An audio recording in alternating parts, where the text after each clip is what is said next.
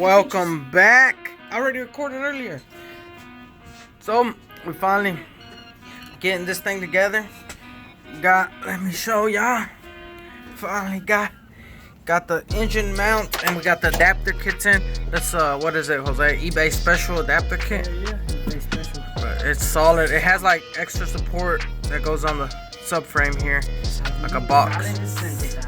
And then that side's the same. So we got that in there. Got the mounts on there. Basically, we're ready to pull the motor off the stand, which will be the first time this motor comes off the stand in what, 5-6 years.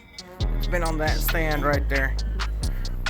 5 to 6 years it's been on that stand, and it's finally gonna come off. Ivan ain't done a damn thing today.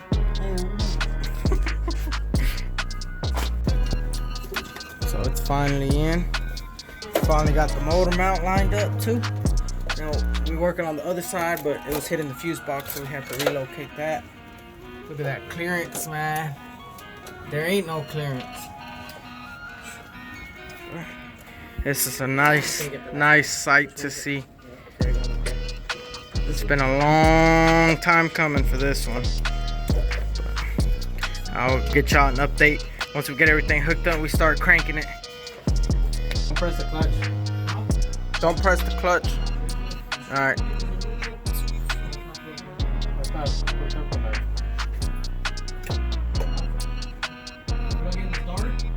Yeah.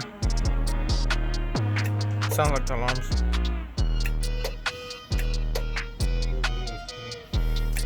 Hold on. Starter signal. Don't do it yet. I might have to change the connector. Alright, go ahead. It was unhooked.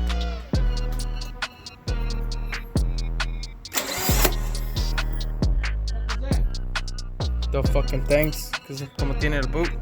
It's finally on!